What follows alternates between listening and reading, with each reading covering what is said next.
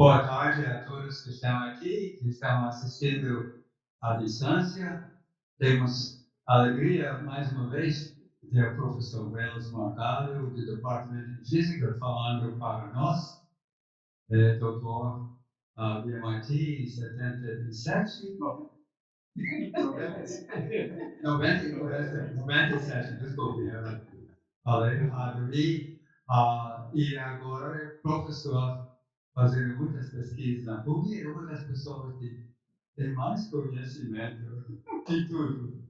Então, hoje, o título sugere que tem conhecimento de muitas coisas. Então, vamos assistir. O título é um bocado grande, né? Um bocado cheio de assuntos diversos, mas é uma coisa que realmente, nos últimos anos, né, a física tem evoluído bastante nessa área, né, nessa direção da observação. Alguns anos atrás, a cosmologia, a astrofísica, ela ainda está num estágio bem primitivo, né? Tanto que, se vocês lembrarem, eu acho que nunca ganhou o prêmio Nobel pela teoria da relatividade, nem especial, nem geral. Porque eram coisas que ainda estavam, vamos dizer assim, subjúdice, né? Por muito tempo. Quando eu entrei na faculdade de física, já em 84, tá? Depois de 87, na época, a cosmologia era algo assim bastante teórico, né? Muito matemático, né? E praticamente não tinha nenhum grande resultado novo, havia muita especulação sobre muitos assuntos que hoje a gente já mede. Nesses últimos 40 anos, teve uma revolução muito grande, né, especialmente em técnica. Eu quero mostrar um pouquinho para vocês aqui. Apareceram novidades muito inesperadas, completamente fora do que se pensava que o universo fosse, né? E muita coisa interessante e muitos mistérios. Né? Para cada coisa interessante que foi entendida, apareceram umas 10 diferentes que não são entendidas. Né? Então, só para dar uma ideia do que eu pretendo falar, eu vou tentar falar um pouco sobre essa era de ouro da observação cosmológica, da cosmologia, tentar mostrar um pouquinho só quais são os observatórios, tá? Que fazem a pesquisa de ponta, um pouquinho sobre as observações dos assuntos interessantes, surpreendentes que têm aparecido, né? E como é que isso está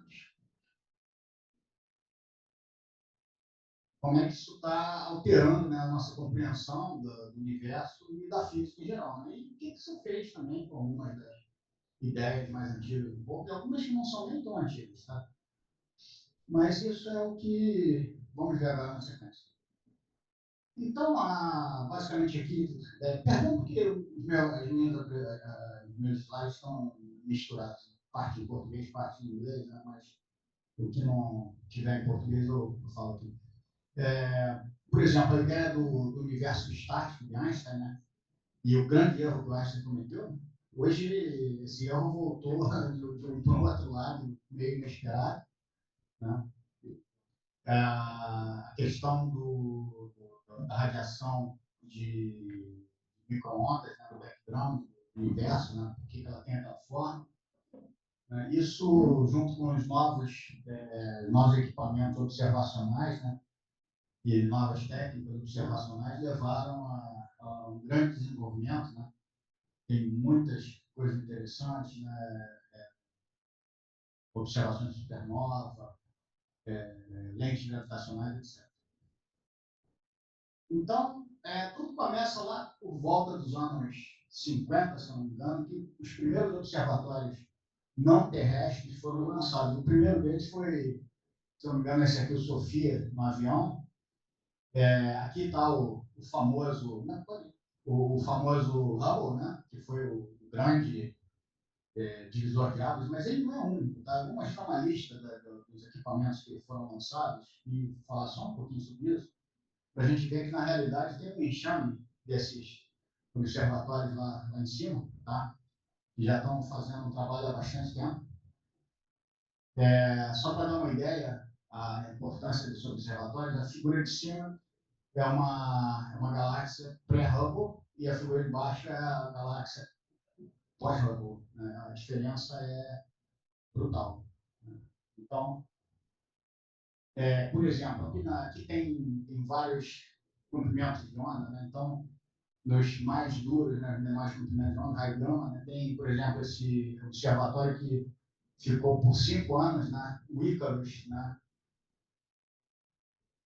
no raio-x, que é um pouco menos duro, né, você tem vários observatórios também, o NICE, o HXMT, a Leia, né, isso aí acho que alguém que assistiu muito Guerra nas Estrelas, né, botou esse nome. Vocês podem observar que a maioria desses observatórios está em órbita terrestre a 500, 600 quilômetros de altura, tá, né? Para raio-x.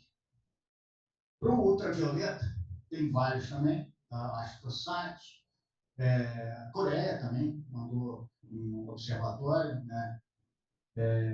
Japão, vários países mandaram, tá? E aqui já começa a ter uma órbita um pouco mais alta para alguns já estão a 1.000 quilômetros, né? Um está na superfície da Lua, tá? Alguns estão em órbita baixa, mas aqui no visível é que tem coisas já bem interessantes. Aqui está o Hubble, tá? O Kepler, tem, acho que o Gaia também. O Gaia, se eu não me engano, o Gaia está sendo desativado agora, né? Acho que infelizmente não teve continuidade de verba para o Gaia, né? Que também foi importante. Tem vários artigos interessantes que saíram do trabalho do Gaia, tá? A maioria está em órbita terrestre, mas o Gaia, por exemplo, está no ponto de Lagrange L2. Daqui a pouquinho a gente vai ver o que é isso. Tá? Tem a ver com o famoso problema dos três corpos. No infravermelho, sim, agora tem o grande James Webb, que está aqui embaixo, que também está no ponto de Lagrange L2, está o Euclides, Kelps, né? Agora acho que deveria mudar o nome, né? A CARI, acho que é do Japão, da Agência Europeia, vários desses aqui estão no L2, porque, como é infravermelho, né, você quer ter uma proteção contra o Sol, né, contra a radiação solar, que é muito quente, muito no infravermelho. Então, se você quiser, tem que ter uma barreira. Tá? Eu vou mostrar por que o L2 é interessante. Que é micro-onda, né? É o Hubble, o Planck, né? Eles estão também, basicamente, dois deles na L2 e dois em órbita ao redor da Terra. Um rádio, que é a onda maior ainda, né? Esse daqui também estão em órbitas terrestres. Um tem uma órbita com uma excentricidade enorme, tá? Entre 10.000 e 390.000 quilômetros ao redor da Terra. E também tem outras coisas que foram interessantes, que, por exemplo, parece, eu vi um pouquinho isso aqui acontecer, eu não tive participação nenhuma, tá? Eu sou físico de basicamente, estatística, informação, mas a gente tem a curiosidade, a gente gosta. Né? Por acaso eu tive um colega de sala, na época que eu dividi a sala, quando tinha começado, não tinha nem orientador ainda, no doutorado, e ele trabalhava nesse projeto aqui que virou o Event Horizon. Tá? E esse projeto aqui tem algo aí como quase 40 anos. Na época ele já tinha ido até a Antártida para instalar equipamento lá, tinha passado 6 meses na Antártida.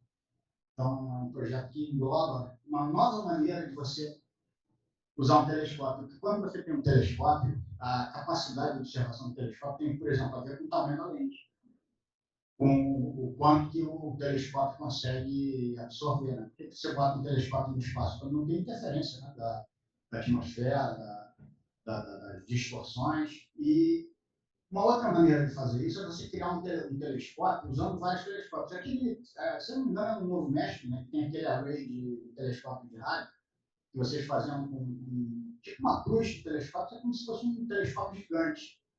Essa daqui é uma extensão daquela ideia, só que ao invés de você usar uma extensão de telescópios de alguns quilômetros, você usa de milhares de quilômetros. Você bota telescópios sincronizados ao redor do mundo e você consegue capturar imagens em tempo real. Né? Isso tem que fazer uma análise de dados muito boa aqui. E no final é como se a Terra fosse um telescópio gigante, fosse uma lente gigantesca de um telescópio, e você consegue observar coisas praticamente impossíveis. Né? Só para dar uma ideia, qualquer telescópio terrestre que olhar para a Lua, o melhor deles, telescópios ópticos, eles vão ter uma dificuldade muito grande de ver qualquer objeto de menos de 150 metros. Por isso que não dá para ver da Terra lá onde pousaram as Apolos.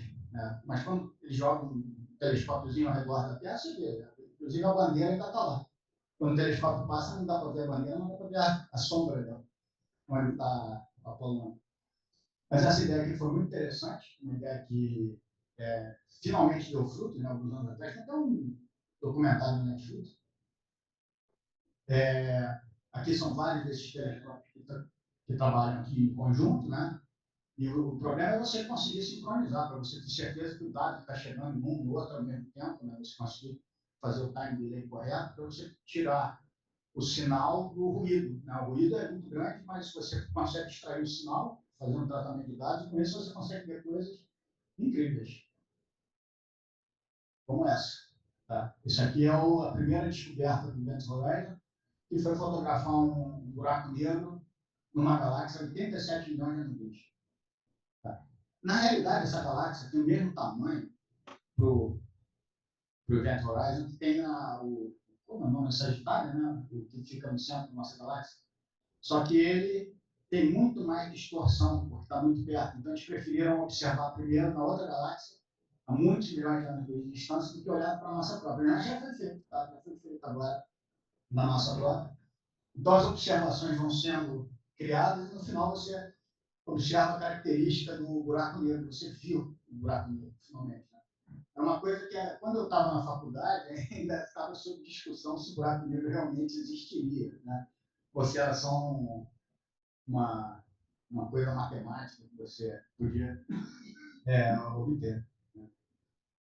Agora, tem uma outra maneira de fazer observação cosmológica, que aquelas observações eram feitas com fótons. Né? Você tinha a luz chegando de estrelas, chegando de buraco negro, seja lá o que for. A luz não sai do buraco negro, ela sai do material que está ao redor do buraco negro, né? Está quente, tá? Que emite luz. O buraco negro não emite nada. Mas essa maneira aqui é uma maneira diferente, porque você não mede a chegada de imagens via fóton. Você mede a distorção do espaço-tempo. Aqui é o LIGO e o deve ter hoje muito mais laboratórios. Eu acho que na época que eu preparei essas transparências, são 5, né? 2 ou 3 já funcionando e mais alguns em construção. Mas são detetores de ondas gravitacionais. A onda gravitacional ela faz uma distorção interessante quando ela passa por um objeto. Se você pegar a direção de propagação no plano perpendicular, ela comprime uma direção e estende a outra, e fica oscilando assim. Então, com isso, se você tem dois ramos perpendiculares, e você consegue mostrar que essa oscilação tem uma fase correta, né? Acho que é 90 graus, né? Entre um e outro, você mostra que está passando uma onda gravitacional ali, pela distorção do espaço-tempo. Só que tem um pequeno problema. A distância que é modificada é da ordem de uma fração do núcleo. Tá? Esses caras têm quilômetros de distância. Você tem que medir uma coisa com precisão de uma fração de um núcleo de um átomo. Hoje é feito. Né? Isso aqui, para a minha geração, que começou nos anos 80 a fazer a faculdade, isso era um sonho. Né? E já tem quase 10 anos, né? Acho que já são 8 anos que o pessoal descobriu, né, a primeira. Aqui no esquema um pouco melhor. Ó. Aqui era os primeiros eventos eram eventos grandes, né? Eventos de colisão de buraco negro, em que você tem uma liberação de massas solares de energia no espaço-tempo para criar as oscilações. Massas solares, lembra que a massa solar tem que ser multiplicada por C ao quadrado, né? Para gerar energia. Então, uma quantidade colossal de energia. Só para dar uma ideia, uma bomba nuclear é alguns gramas de matéria que é transformada em energia. O Sol é algo gigantesco. Né? Isso aí foi a nova maneira da gente poder ver. Aqui está uma foto, né? Acho que é o live original. E são 4 quilômetros cada braço. O fóton ele transita centenas de vezes entre uns, porque tem espelhos, né? Então ele tem que transitar centenas de vezes. É como se na realidade fosse centenas de quilômetros na prática. Por isso que você consegue ver E ainda assim, a diferença da ordem do núcleo. Né? É uma coisa...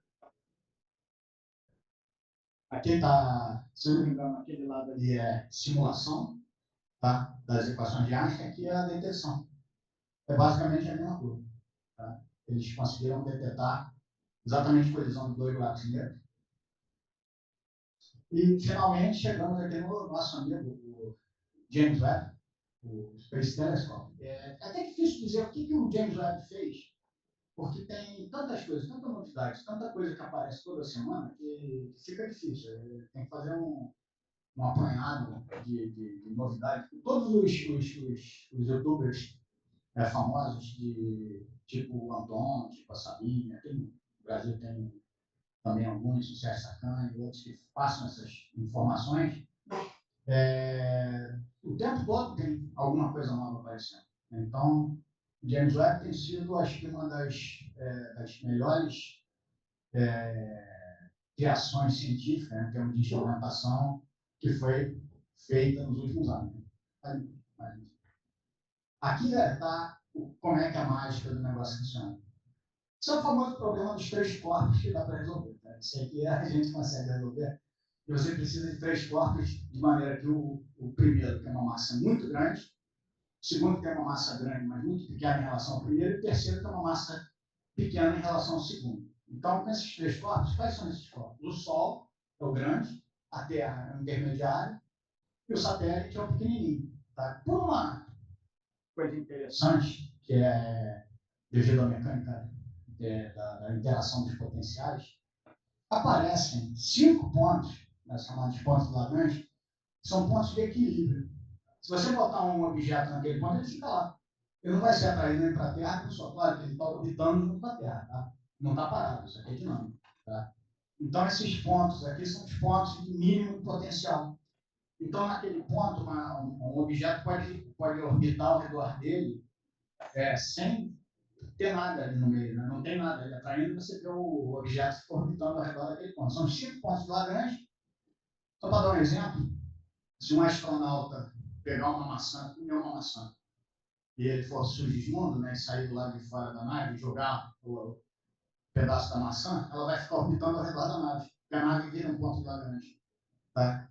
E aí a maçã fica orbitando, mas não é pela atração gravitacional da nave, tá? Porque é um ponto de Lagrange, ele colapsa. O L1 e o L2 colapsam na nave quando é muito pequeno. Então, o que acontece? O L2 tem uma vantagem.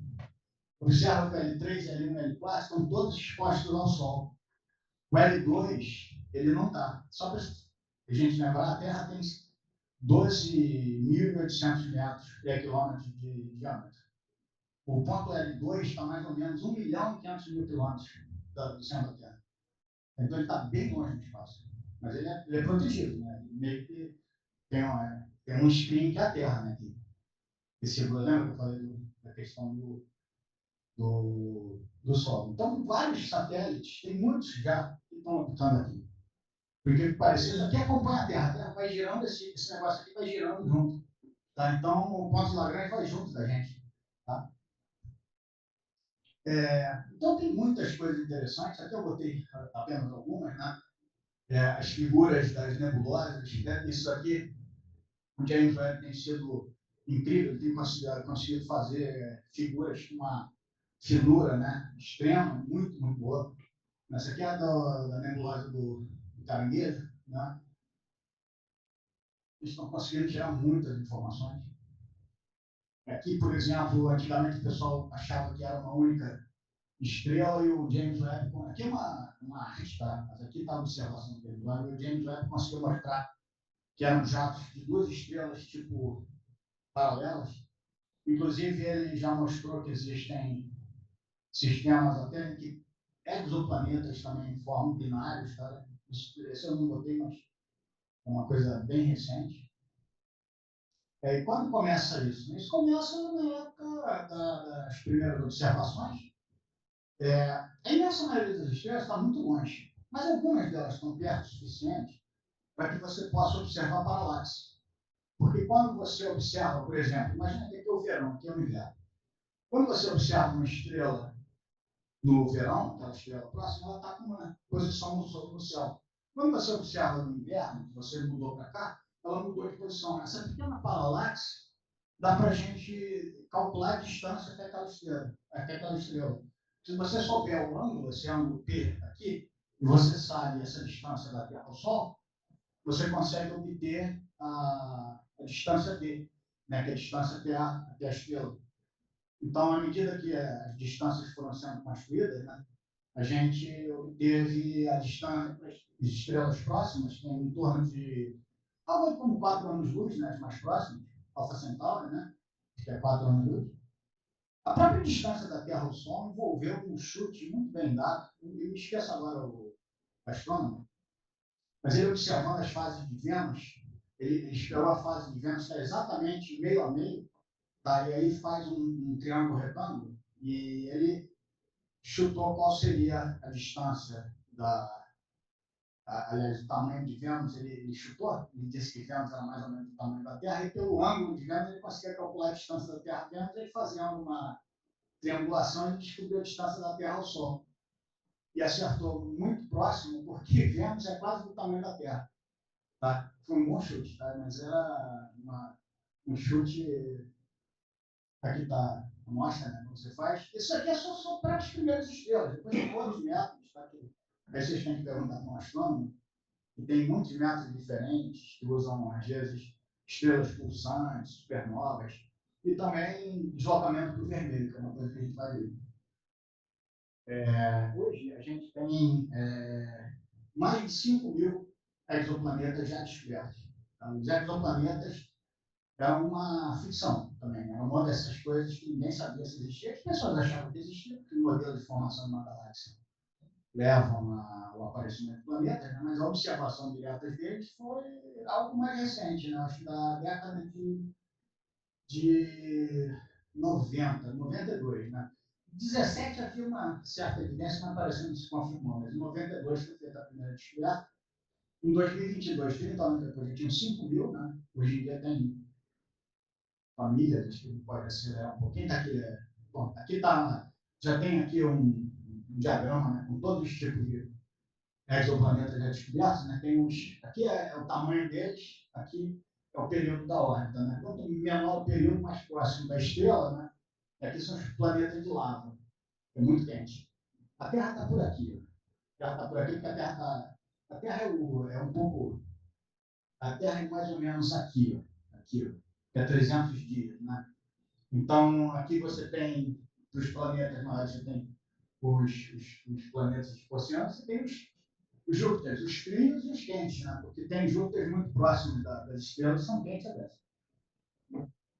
Tem vários métodos de detecção, acho que eu vou passar rápido sobre eles. Tá? Tem muitos métodos de trânsito, né? Quando a luz da estrela diminui um pouquinho, velocidade radial, Doppler, né? A pessoa vê uma pequena diferença da velocidade da estrela. Né? Pode.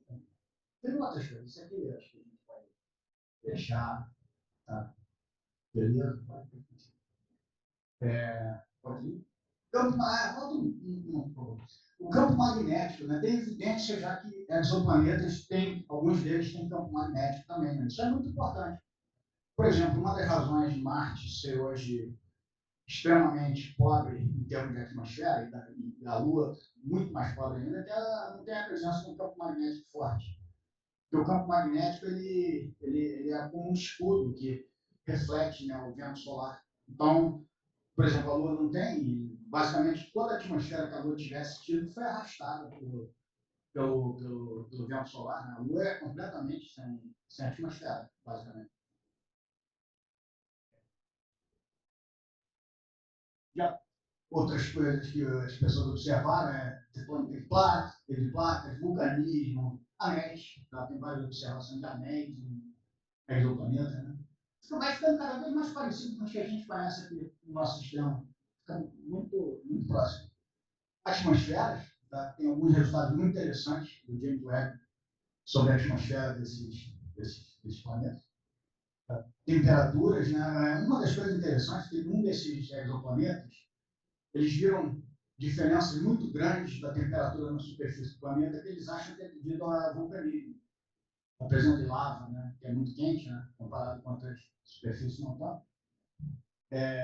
aquecimento de maré, né? A Europa sofre esse aquecimento de maré, né? Porque o aquecimento de maré, porque se você tem uma órbita elíptica ao redor de Júpiter, né?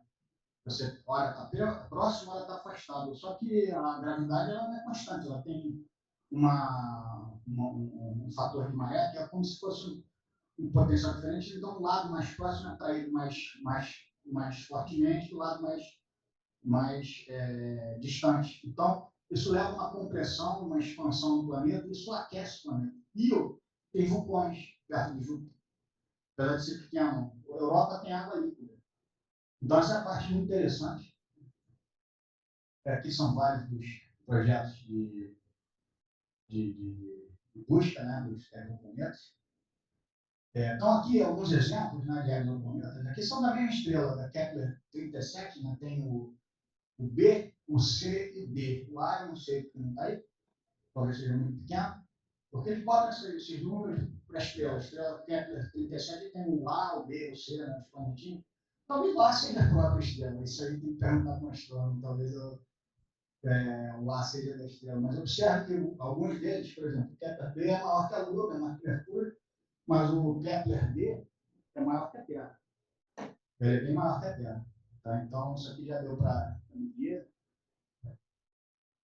Tem vários aqui. Aqui são os pequenos, né? Tauri, B. Aqui tem a figurinha do Luke, Jack Luke.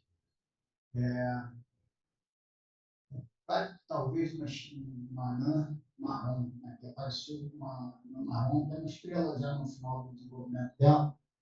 Já está pequenininha, quase frio. Aí começam as descobertas interessantes do James Webb, né? Esse aqui, quando eu peguei esse artigo, não tinha nem sido publicado, ele era só o aceito, né? E aqui você começa a examinar a possibilidade de atmosfera nesses exoplanetas, né? Tem vários desses exoplanetas com atmosfera. Outra coisa que o James Webb também ajudou a tentar começar a entender era um problema grave na cosmologia, que a constante de Hubble ela tinha uma diferença de valores entre alguns experimentos e outros que era muito difícil você tentar entender por causa da física envolvida. E o James Webb parece que faz uma ponte entre os dois tipos de observação. Parece que o mistério agora é só que era realmente problema na observação e na interpretação dos dados. Né? O James Webb acaba ajudando a tentar resolver esses problemas. Aqui estão os buracos negros. Esse aqui é o nosso. Deixa eu ver qual o nome, eu sempre esqueço o nome, acho que é Sagitário, né? Nosso. Que é o centro da galáxia. Finalmente eles conseguiram observar, tá? Ele está a 27 mil anos-luz, o outro está a 87 milhões de anos-luz, só que o problema é que o centro da galáxia é que nem o centro da cidade num dia de trabalho assim, todo mundo chegando, é um maior engarrafamento, né? Tem estrelas super rápidas lá que orbitam ao redor. Era muito difícil observar, mas finalmente conseguiram.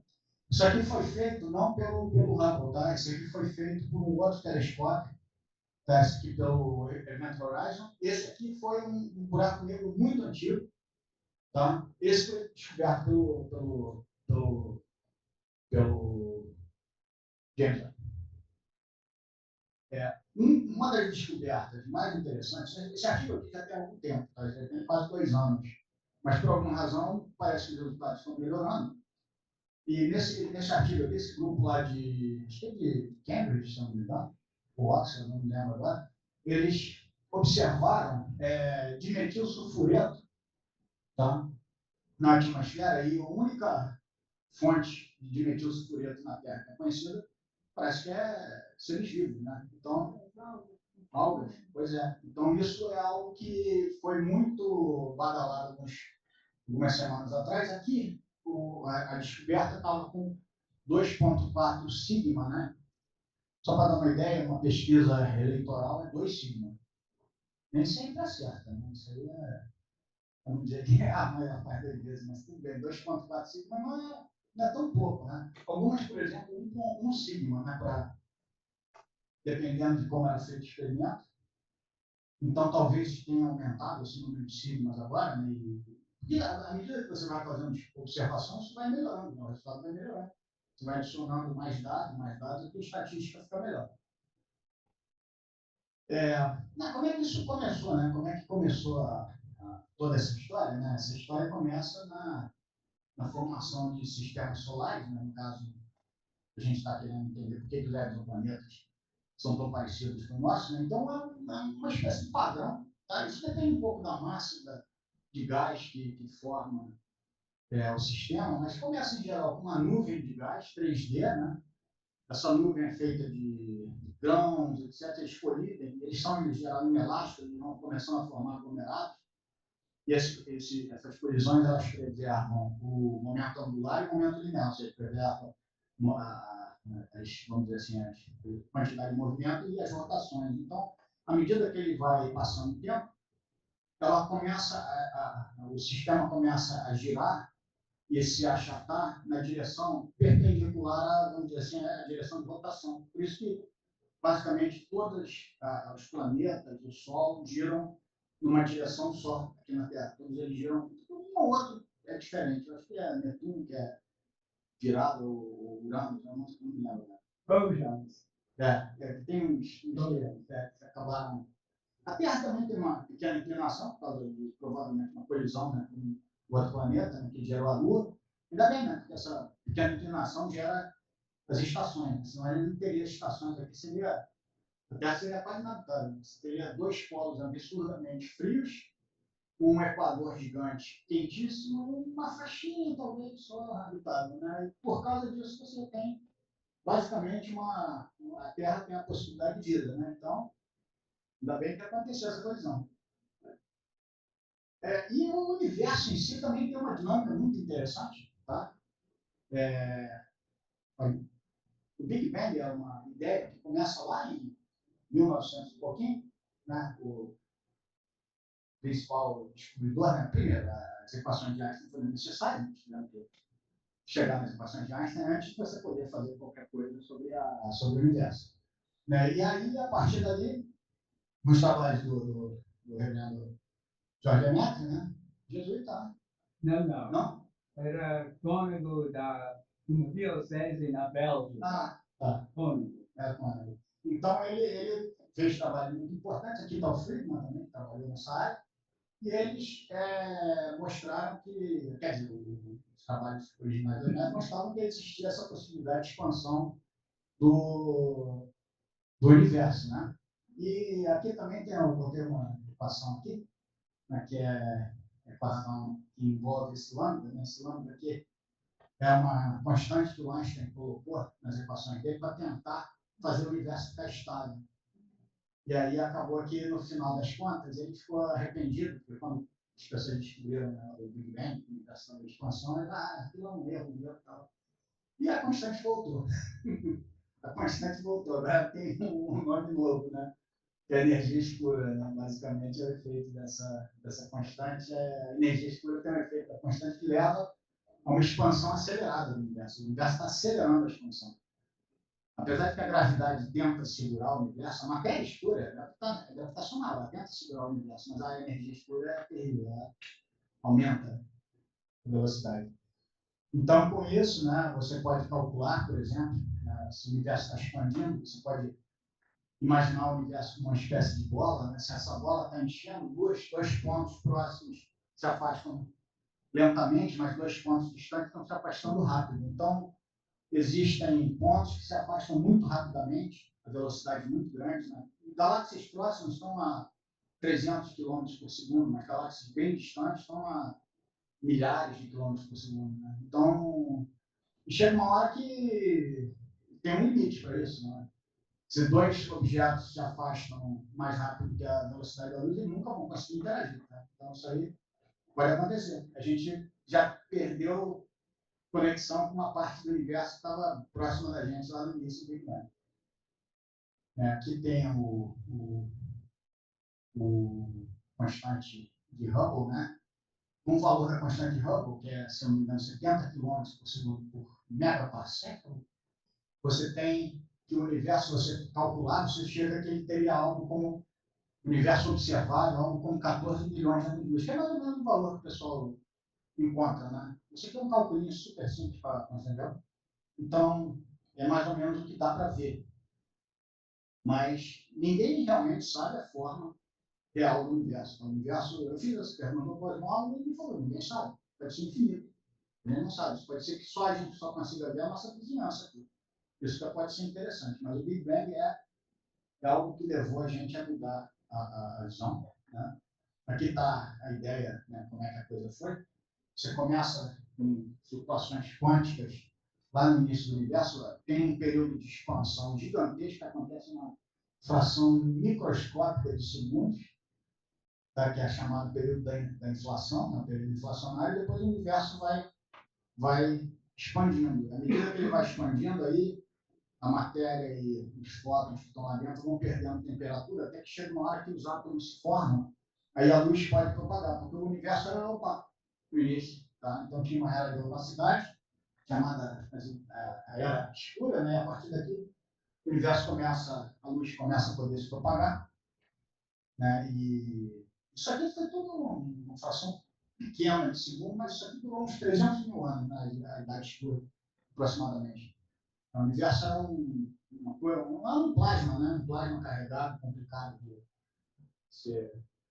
Esses daqui são os três pesquisadores que propuseram, né, a ideia da inflação. Tem mais alguns, sempre alguém diz, eu fiz também, não aparece, né?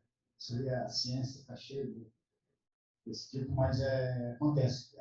E aqui o que acontece é que o universo, só para dar uma ideia para vocês, o que foi a inflação? O universo cresceu 10 potência 30 vezes o tamanho dele original em 10 potência menos 32 segundos. Não tem nem palavra, não existe uma unidade para definir isso. Foi assim, tipo, parece até inflação de preço, né? Mas talvez não tão agressivo. Mas aí, a partir daqui, o universo foi evoluindo. Né? Aqui está a radiação de fundo, né, que você tem. Isso foi uma das coisas que levou a descoberta do Big Bang. Essa radiação de fundo é uma radiação que tem uma temperatura que ela era... essa temperatura era uma temperatura que foi esfriando à medida que o universo foi expandindo, né? E com isso você, a uma certa hora, por causa do universo estar muito grande, essa radiação meio que desacoplou da matéria e continuou sozinho. E aí o pessoal mais ou menos tem uma ideia, né, do tempo que levou, da energia inicial. É bastante frio, alguns Kelvin, né, de temperatura.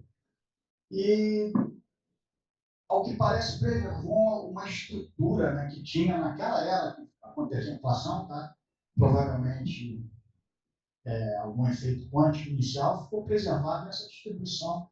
Na realidade, é bem homogêneo. Isso aqui é um pouco exagerado, mas é bastante homogêneo.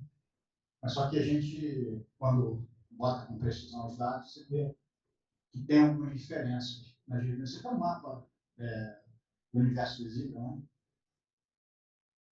né? Uma das coisas que a gente usa para ver é o efeito Doppler. O efeito Doppler é o seguinte: se você tiver uma sirene, aqui as ondas se comprimem, ali se afasta, aqui o som fica mais agudo e lá fica mais grave. Né? Exatamente, tem mais agudo lá mais grave. O carro que vem na estrada, vem, daqui a pouco ele passa, né? Esse é o efeito Doppler.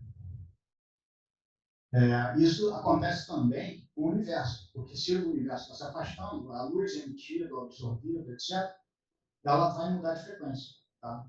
Hoje em dia você tem um Doppler para ver o próprio fluxo sanguíneo nas veias. Né? Hoje em dia se usa o efeito Doppler até para ultrassom. Né? Mas na época isso era algo que não era muito esperado. Né? Então, quando, por exemplo, uma luz, a fonte está se aproximando do observador, a luz fica mais azul, quando se afasta, mais vermelho. Quando a maioria está se afastando, a gente chama isso de desvio para o vermelho. Então, com isso, a gente começa a ver algumas coisas interessantes que apareceram. Por exemplo, quando o pessoal analisa uma galáxia, uma das coisas que é vista que a galáxia ela gira rápido demais. Ela não deveria girar tão rápido. Então, o que causa isso? Né? Você teria que ter mais força gravitacional. Só que não tem, né? Não tem estrela suficiente. Então, o que o pessoal supõe que é o que acontece? Que existe massa ali, eles até conseguem mapear, tá usando essas hipóteses, que é a matéria escura, uma matéria que não interage com a matéria normal. Né? A gente é feito de uma certa matéria que não interage com a matéria escura, a não ser por gravidade, pela gravitação.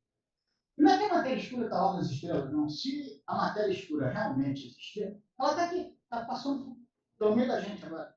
Apenas a gente não consegue interagir com ela, a não ser por gravidade. Tá? Então está aqui, está passando um monte de partículas de matéria escura, se elas existem, né? Isso ainda não sei, né? Não tem ainda evidência que seriam elas, né? Mas, por exemplo, se você tiver, se ela existir, a gente teria algo como 300 átomos por metro cúbico por aqui. E perto do Sol seria, no centro da galáxia, seria 10 mil átomos por metro cúbico. Isso é pouquinho, mas não é zero. Tá? Então, a matéria escura tem uns candidatos que dizem que, na realidade, a gente tem que modificar a gravitação, que é a teoria do Einstein, tem que ser mudada e tal. Então, isso está subjunto, tem argumentos para um lado, argumentos para o outro. Mas o interessante é esse número aqui. Se a gente realmente puder confiar nesses resultados, a massa contida no universo, 69% é energia escura, 26% é matéria escura e 4% é matéria ordinária, massa, átomos e moléculas, só 4%. O problema é que a energia escura ela faz o universo expandir cada vez mais rápido. Se isso não parar, o universo pode se romper que nem uma coisa elástica que se rasga. Tá?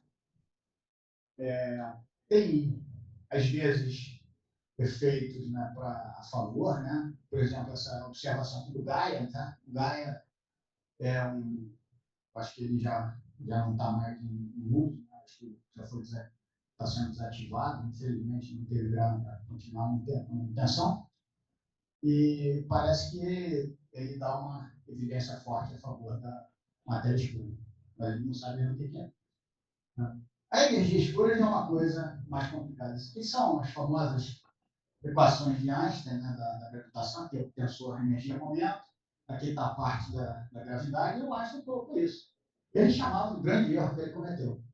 Eu gostaria de ter só feito na minha carreira os erros do Einstein. Eu seria o físico mais famoso do Brasil, provavelmente. Eu acho que só os erros dele foram tão frutíferos, tão bons, que já geraram áreas de pesquisa, né, Tiago? Então, ele colocou isso aqui, depois achou que estava errado, e hoje essa expansão ela é explicada pelo valor desse lambda. Esse lambda aparece. Tá? Aqui está mais ou menos que seria, vamos dizer assim, um calendário, né, das eras, né? Os vertebrados só aqui em cima, só aquela coisinha de nada. E as galáxias são interessantes, elas se formam como se formam os planetas a partir de nuvens, né, originais de matéria, que vão se agregando, né, e no final elas exibem uma estrutura filamentada, meio que um fractal, né, uma coisa bonita. Aqui estão clusters de galáxias, né? Isso aqui parece pouquinho, né? Mas às vezes entre essas galáxias tem milhões de anos-luz de distância, tá? A gente vê isso aí, é bonitinho, nem gente pequenininha lá no alto do prédio, percebeu? Mas as pessoas são grandes, não são formigas. Aqui está um outro dado interessante da matéria, tá? Que se aqui está o conteúdo da energia escura, a matéria escura é a matéria clara. Aqui está a divisão desse pedaço da matéria. A matéria, 63% da matéria gravitacional é matéria escura, 10% são neutrinos, são partículas fantasma, né, que a gente tem que ver, 15% fótons e átomos, né, o que nos constitui, é só 12% da quantidade de matéria que tem.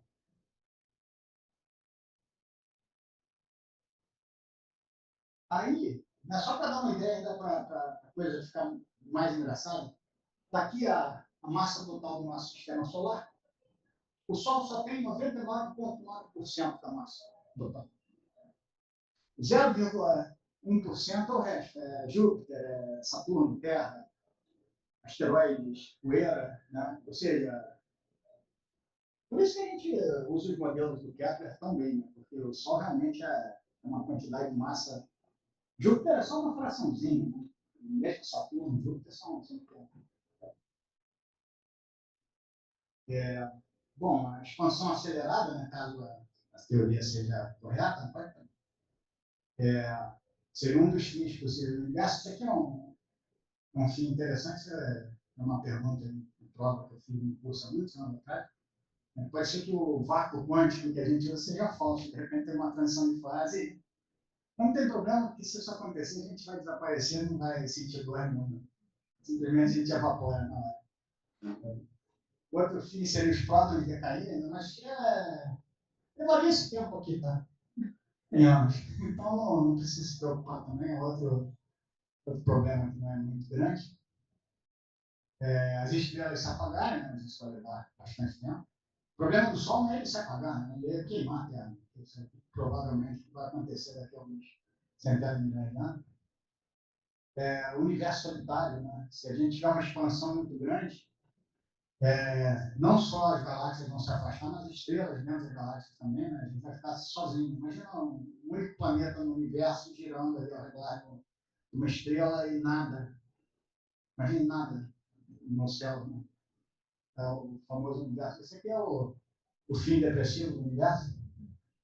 Né? E aí, para tentar entender essa coisa toda, né, várias teorias apareceram, né, porque a natureza ela tem muitas facetas interessantes.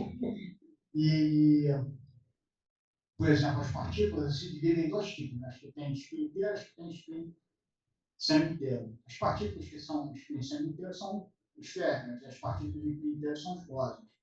Então, essa divisão leva a propriedades muito diferentes. Né? Elétrons são férmions e todas as propriedades da eletricidade derivam disso. Então, tiveram algumas teorias, né? Como essas teorias todas que eu falei da matéria escura, da energia escura, que são coisas que têm muita especulação, aí por volta dos anos 80, mais ou menos 70, final dos anos 70, final dos anos 80, apareceu a ideia da supersimetria e resolveria por que as partículas são em duas famílias. Na realidade, não seriam. Cada bóson teria um férmion diferente, associado e vice-versa. Você teria toda uma família que você completaria um tabuleiro de partículas bastante interessante.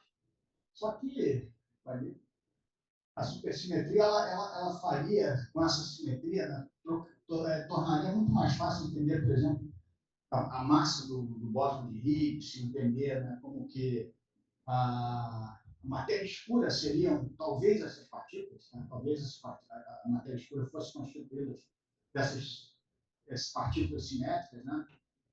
O quarto tem um score, eles podem um nome bem, um S na frente, né? E aí você simplificaria a física muito. Né? O problema é que nos anos 80, as pessoas, no final dos anos 80, as pessoas acharam que era só questão de tempo até descobrir. Né? Houve um grande ímpeto na descoberta da esperança da descoberta da supersimetria quando o LHC começou a trabalhar. Né? Mas o problema é que quando você começa a colocar o oscilador para funcionar, basicamente eles esperavam rapidamente começar a descobrir essas partículas e nada. O bóson de Higgs foi descoberto em 2012, né, mais ou menos, e, como diz esse pesquisador aqui, né, ele ficou chocado que essas partículas não foram descobertas logo no início, né? Porque a probabilidade elas teriam sido descobertas lá. E talvez ainda leve séculos, caso elas existam, para elas serem descobertas. Eu apresento aqui uma quantidade de trabalhos, né, que reflete um pouco esse ânimo e o desânimo. Essa quantidade de papers publicados por ano nessa área, tá? Observe que começa aqui no 75, mais ou menos, aí tem uma grande subida, né? A teoria de cordas faz com que o pessoal se anime a tentar descobrir essa simetria, e aí o CERN começa a fazer o LHC funcionar. Dali para cá, né? Aí começaram a tentar entender por que isso, né? E quiseram separar os grupos de estudo lá no CERN como sendo grupos de trabalhassem com supersimetria, né, tentando ver se eles conseguiam chegar a um acordo, né, para ver como é que poderia isso ser compatível. Ainda tem gente que acha que pode ser feito. Tá? Eu vi um resumo recente, de 2023, uma pesquisadora, né, mas aí eles começaram a sugerir nomes para esses grupos de estudo da supersimetria, por exemplo, Novel Physics Explored, NOPE. Né?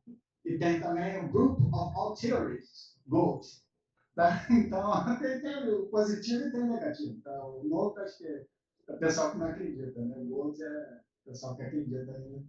Mas isso é como uma matéria escura, porque se houvesse evidência, né, de que a matéria escura, por exemplo, fosse simétrica, estava tudo explicado, seria fantástico, excelente, mas a natureza ela faz o que ela quer.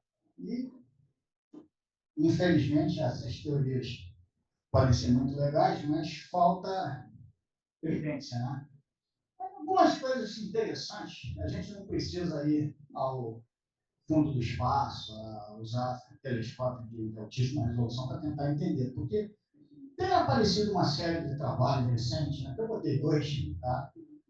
Que aparecem, que a gente começa a colocar um pouco de ingredientes quânticos, né, no entendimento de problemas biológicos. Tá? Por exemplo, esse artigo aqui é um artigo que olhava canais de íons em células, em paredes de células, né? E a coerência entre os íons que passavam exibia algum sinal de uma coerência quântica de curto prazo, obviamente, não, mas é um efeito já que mostra um certo efeito biológico quântico. Né? Esse aqui é um pouco mais audacioso, né? Tanto que aquele exame científico hipótese, isso aqui foi no Journal of Physical Chemistry, é que eles colocaram que esse tipo de arquitetura, na realidade, aconteceu no cérebro. Tá? Talvez existam efeitos quânticos, né, ligados à função de proteínas, etc., no cérebro. Né? Isso aqui é mais modesto, é mais uma coisa celular, né? Uma ideia celular. E, recentemente, né, dando continuidade a essa questão da vida, né, o pessoal começou a detectar carbono em galáxias, né? Acho que esse aqui é do James Webb, se não me engano. Não, do James. É um outro observatório. Né? Então, talvez aí esteja a ideia mais interessante que a gente pode perseguir. Né? E esse artigo aqui é um artigo de 15 dias atrás, que saiu na Nature, tá? Em que, na realidade, é um teste de tentar observar se a consciência está localizada no cérebro. Tem duas teorias que propunham isso, tá? Eu não li o artigo direito, eu só vi o comentário em cima, então não consegui ter os detalhes, mas eles faziam testes dessas duas teorias. Na realidade, eles queriam confrontar essas duas teorias para ver se uma delas tinha mais validade que a outra. E essas teorias levam a, por exemplo, interação entre as partes do cérebro. Uma delas propõe um fator φ para dizer o que é consciente ou não. Imagina, você pode ver φ igual a 0,2 ou φ igual a 0,99, né? Talvez a gente seja 0,001, não sei, dependendo da... Mas, infelizmente, para as duas teorias, o resultado do experimento foi inconclusivo. Tá? Eram pessoas que tinham eletrodos implantados no cérebro, eles aproveitaram essas pessoas para fazer uma espécie de experimento, então elas davam figuras e a pessoa tinha que apertar um botãozinho, caso fosse uma coisa ou outra, nada invasivo, né? E aí, no final, eles tinham os resultados, conseguiam comparar, né, como é que era o funcionamento, porque eles sabiam quando o cara apertava, onde que a região do cérebro estava funcionando, etc. Parece que metade da evidência para uma, metade para outra teoria. Então, as coisas não foram decididas, mas é um passo, né? A primeira vez que se tenta localizar, vamos dizer, a consciência. Mas acho que era um dos objetos que eles olhavam, né? Mas eles viam isso aqui, os objetos, a curva, né?